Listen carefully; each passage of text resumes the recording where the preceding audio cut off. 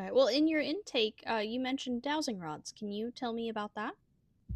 Yeah, I had never dowsed. I was sitting my first semester geology at WVU, and the instructor dowsed, and I'd always been kind of interested in it. And excuse me,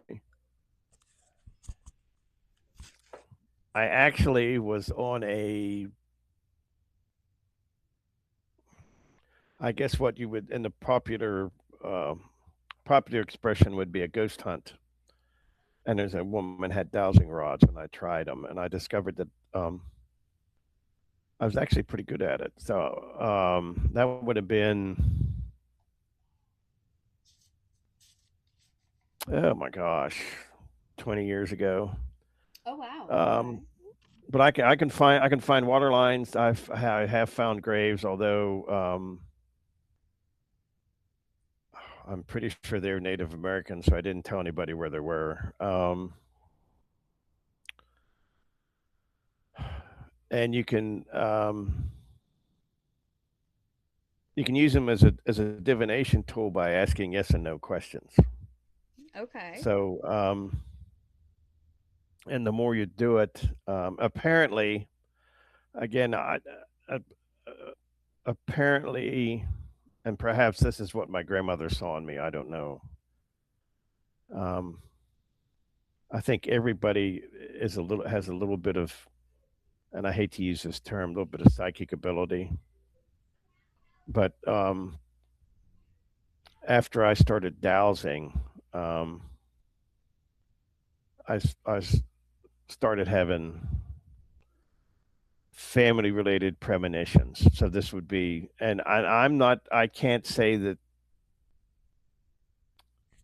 my grandmother did, but she always seemed to know what was going on. Again, because this is stuff that wasn't talked about. So, um, and when I was working for the conservation district, I had to go to one call training where you call and have the utility lines marked so you don't dig them up. Hmm. And so there was about 150 guys. It was all men sitting in this room for this training. And one of the first things the instructor asked was, "How many of you use dowsing rods?" And about 85% of the room, we put our hands up. Wow. So it was very common. Yeah, Okay. because they're you actually, if you know how to dowse, they're really useful for finding. I mean, you won't get the exact location of the pipe, but you'll get pretty close Pretty to it. close. Now, so when using dowsing rods, you and those who you've talked to, do you associate it with a spiritual base or a self intuition, or like what do you associate dowsing rods with? In the case of locating utility lines, it Hmm. would be you're acting as a conduit for the electromagnetic field, and the dowsing rods will Oh. cross when you go over it. As far as divination for like family matters, then it's spiritual, and to do it properly, you invoke some protection Hmm. because you never see in my worldview. We're constantly surrounded by the spirit world or the other world or whatever you want to call it, and um,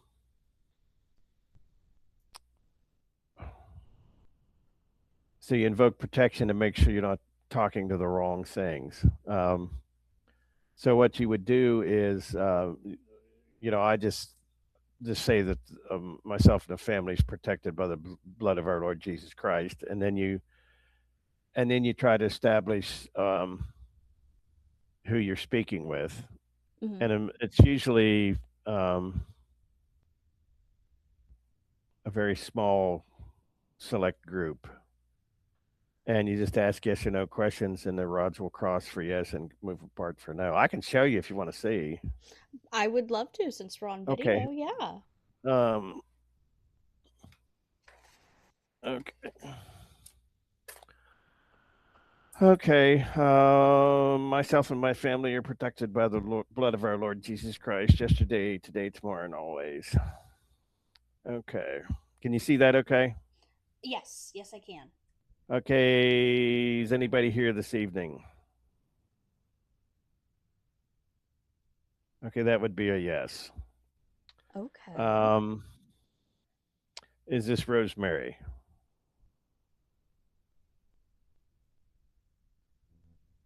Okay, Rosemary is the co-author of my first book. She's deceased.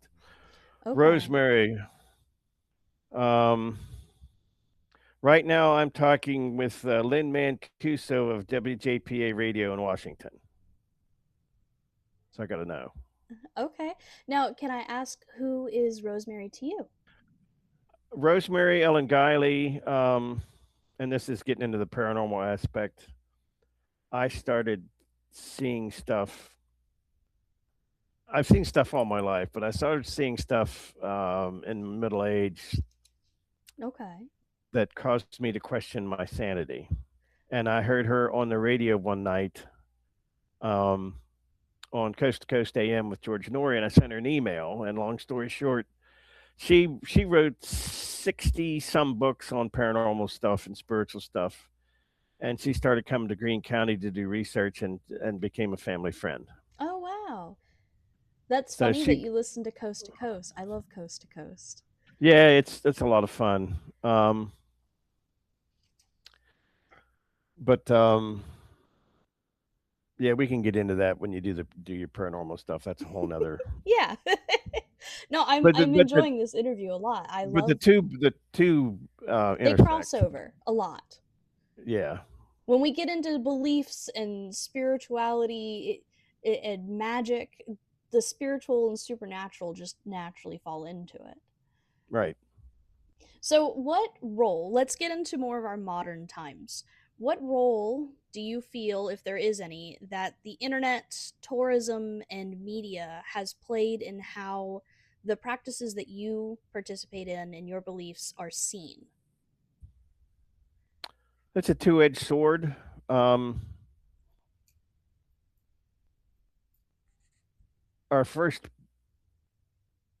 here I'm going into paranormal again. The first book came out. The first book about paranormal Greene County came out in 2018.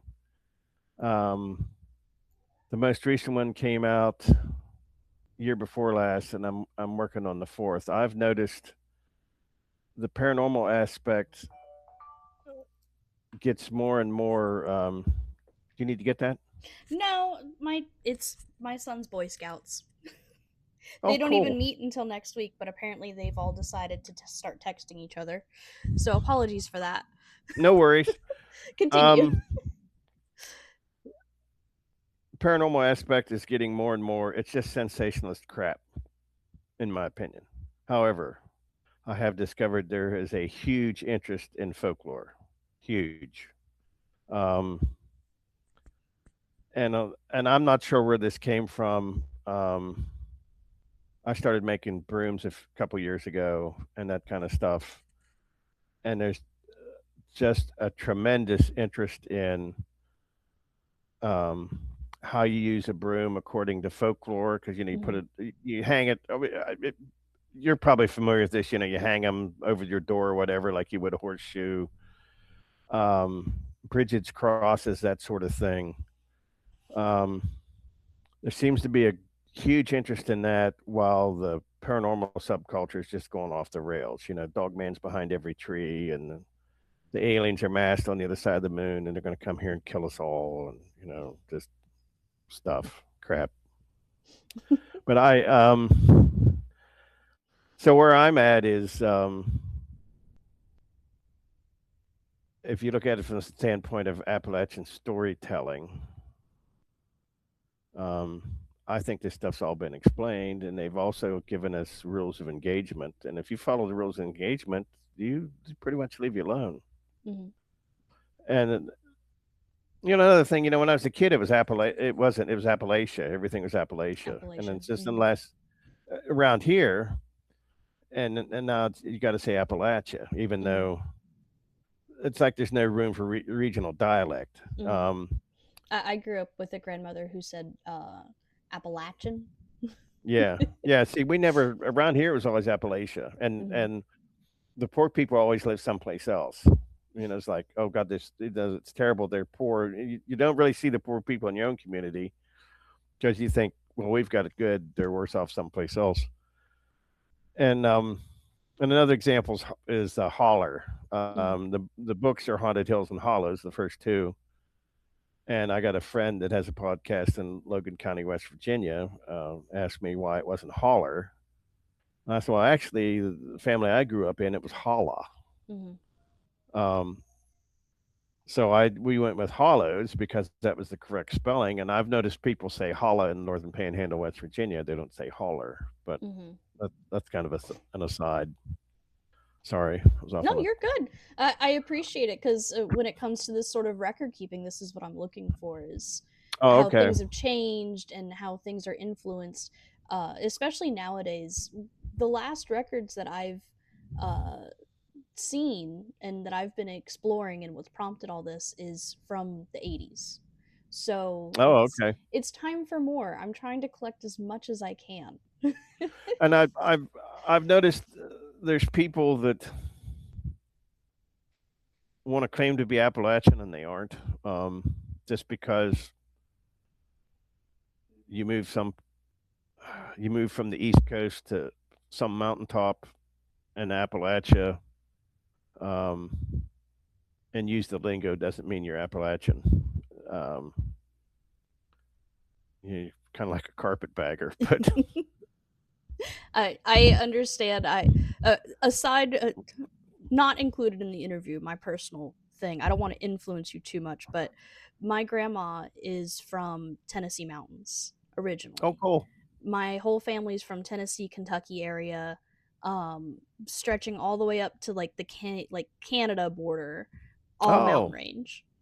And she moved to California when she was about 5, and she was called the Hollywood Hillbilly by her yeah. classmates. And I was born in California, but I've moved to North Carolina. I've been out here for over 20 years now. So I'm trying to reconnect with that family. I can go to the grave sites, but I'm not Appalachian, but my family's Appalachian.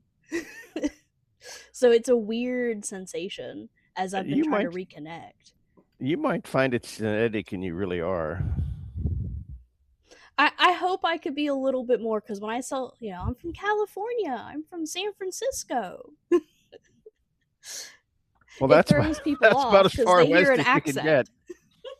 Yeah. I went out there to visit my grandma recently and I sounded the most country I have ever sounded in my life. All I could do was hear myself talk. But then I come home and I'm like, I'm fine. It's okay. So it's an interesting role. Okay, back to the interview. Okay. um, how has the internet influenced your traditions or understandings that you have? Have you found yourself being shifted in viewpoints when it comes to the outside influences of the world? Oh, um,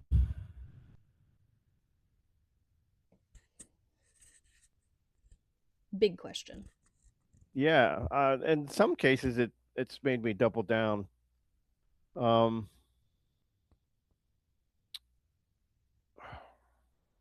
I, I'll give you, like I say, I've worked forever with Natural Resources Conservation Service, and they're talking about.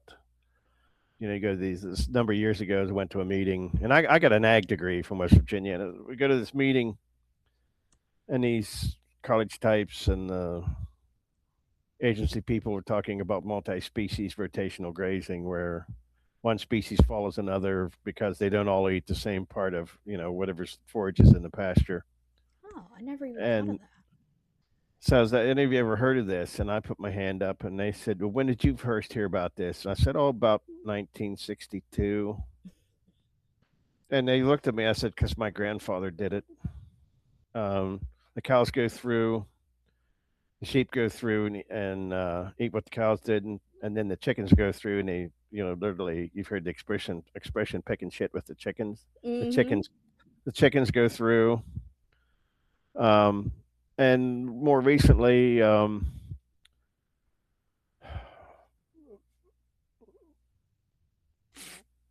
from my point, I realized I didn't grow up like a lot of people did, um, where we were feeding loose hay by hand.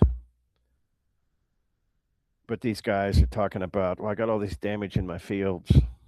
It's like, well, I was taught you don't drive in the same place twice, and you don't feed cows in the same place twice, and just stuff like that. So it's stuff that when I was in college was I was taught, well, this is old school. You don't do it that way, and it's Mhm. come back around to the old school way because it worked better. Now, 20 years from now, they'll be back to something else, but stuff like that. I guess that'd be the best example. No, I like that example. All right, so do you think with the rise of our global society that we have now, internet and all of that fun stuff, do you think that the increased visibility has made things easier, harder, or just different in general?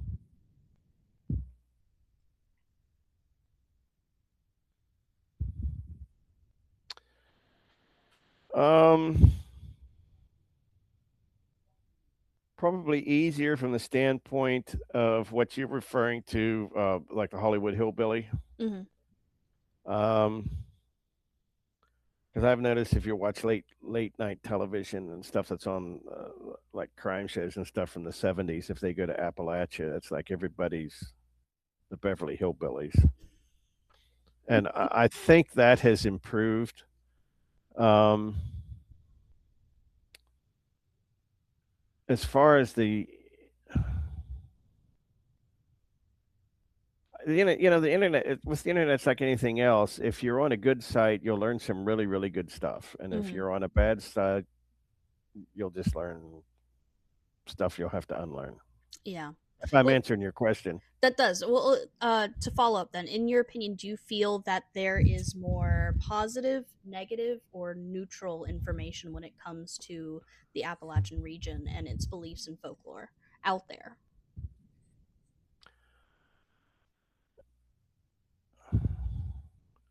It's positive from the standpoint that there's more acknowledgement that Appalachia's been exploited, Oh, okay. both in terms of extraction industries and timber, and the people. The people have been exploited. What was the second part of the question? If you feel that the information that's out there is more positive or negative or neutral. Okay. That part is positive. The negative part is when they still make fun of folk beliefs. And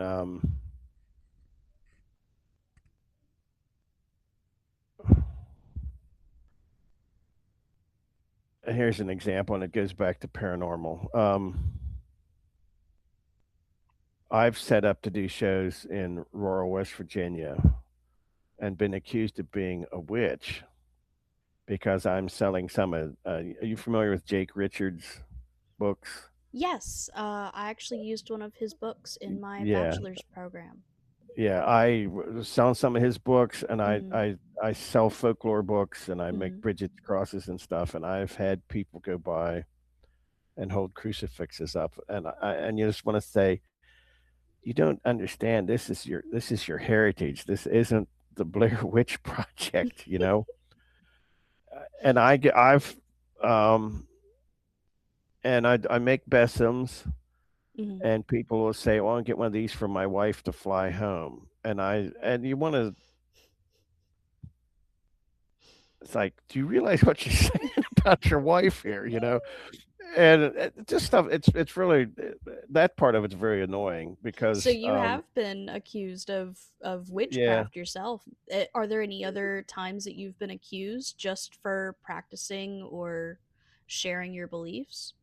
Um, well, it's interesting. I'm involved in this local project. There's a huge group of volunteers that are this allegedly. gr- um, grassroots effort to try to reimagine what the economic future of the county will be because coal's gone away and it's that kind of stuff. So first meeting I went to, there's a guy. I'm not going to mention any names. Local mover and shaker, old money, Mhm. influential. Hadn't seen him for years. Mhm. He goes, "Oh, haven't seen you for a while." And he's, "What are you doing now?" And he stops. He goes, "Oh, you're doing that paranormal thing." And I said, "Well, it's folklore." And he's like, "Whatever." And in the back of your mind, you're thinking, you know what? I could take you places where you would pee your pants, and it's all folklore. If you, I'm the dogs here is what I'm. You're good.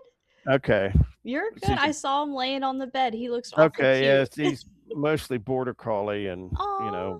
when they want attention, they want attention. Oh yeah, no, there are other children, so I understand. Yeah, yeah, okay. I have an Australian cattle hound, so I Oh, totally cool. understand. And the flip side of that is, I have coffee every other Friday with the pastor that married my wife and I. We got married in 1990, and he and I've told him some stories, and he said the only reason he believes me is because I'm the one that's telling him. And he's going the other way. He's starting to read. There's actually some mainstream Christian authors that are pointing towards folklore beliefs, but they're Mhm. just presenting them differently. So it's Mhm. kind of a two-edged sword. Um, but yeah, I've been accused of being a witch, um, and I know a lot of witches, um, but we don't talk practices very much. Yeah. Uh, No, I understand. So, given all of that we've talked today, what do you wish people would understand better about these traditions and understandings? well, we made a mistake when we killed all the Native Americans and trashed their civilization because they knew a lot um, about how to get along and how things are supposed to work. And I'll grant you that if you lived in Southwest New Mexico, Appalachian folk practices as far as agriculture probably wouldn't apply. Mhm.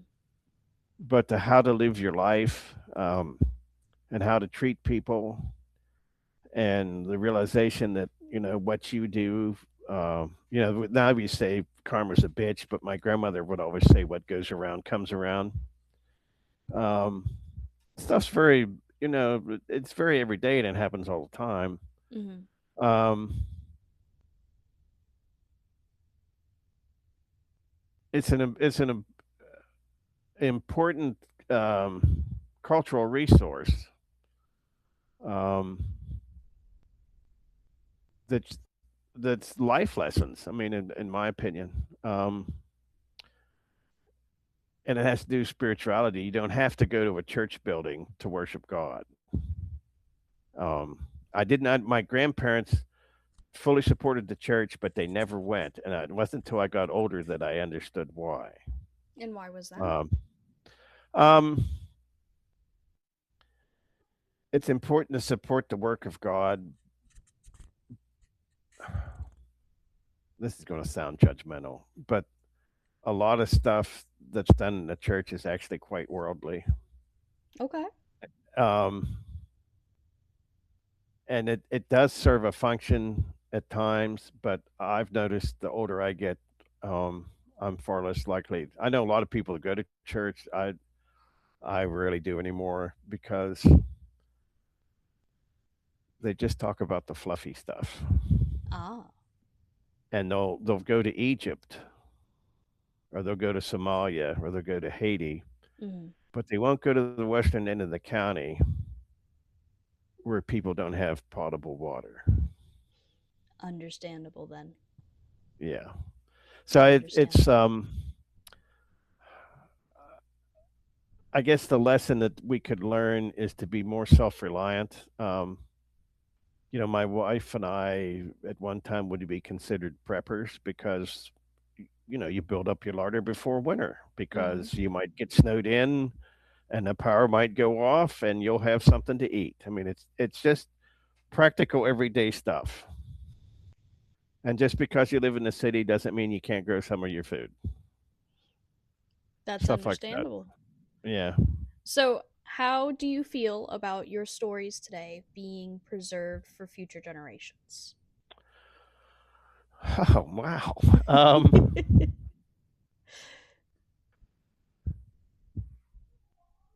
I have not voiced this, but it occurred to me that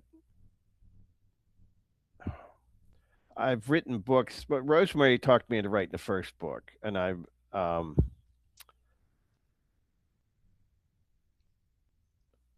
I hate to say it's a legacy. Um, they'll be here when I'm long gone, and the important part is try to show people. This is hard to say. I'm Try sorry. to. That's good. It's cool. Okay. Try to show people what Greene County was and is and could be if you look past the problems. Um, we were, in a lot of ways, better off before the interstate went through because we were kind of isolated.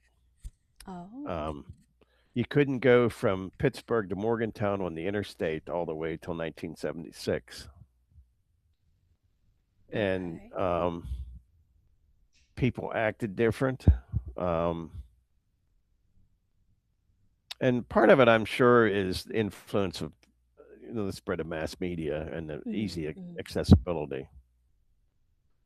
But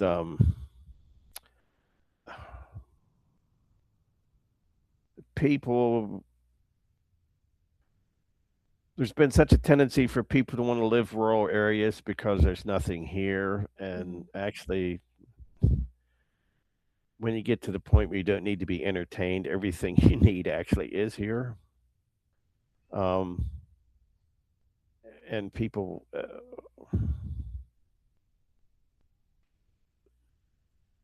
honor your family.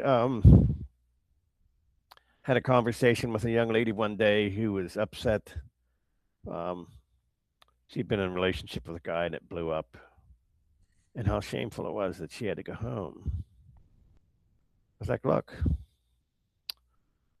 that's what your family's for. If you look at the Amish, I mean, people make fun of the Amish. Um, they help each other out because it's blood. Mhm. And I said, there should be no shame, and you should feel no shame in having to start over because that's how you learn stuff. But there seems to be like young women your age and younger, well, if you said you had a son, well, if something would happen, you had to go home. Some people would look at you as a failure, and this is hypothetical. Well, that's not the case. Um, that's the way it should be. You should be able, if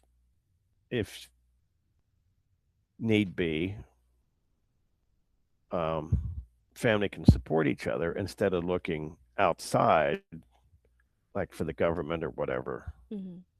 Because that's the way it was. That's just the way it was done. I'd have to agree with you on that one.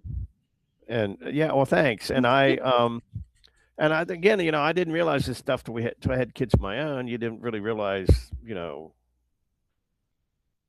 you grow up hearing about male and female roles and you think, oh, this is just a bunch of horse manure. And then when you actually see it, it's like, oh, it's very important for, you know, kids to have some kind of a family dynamic where there's, people partnering to like raise them.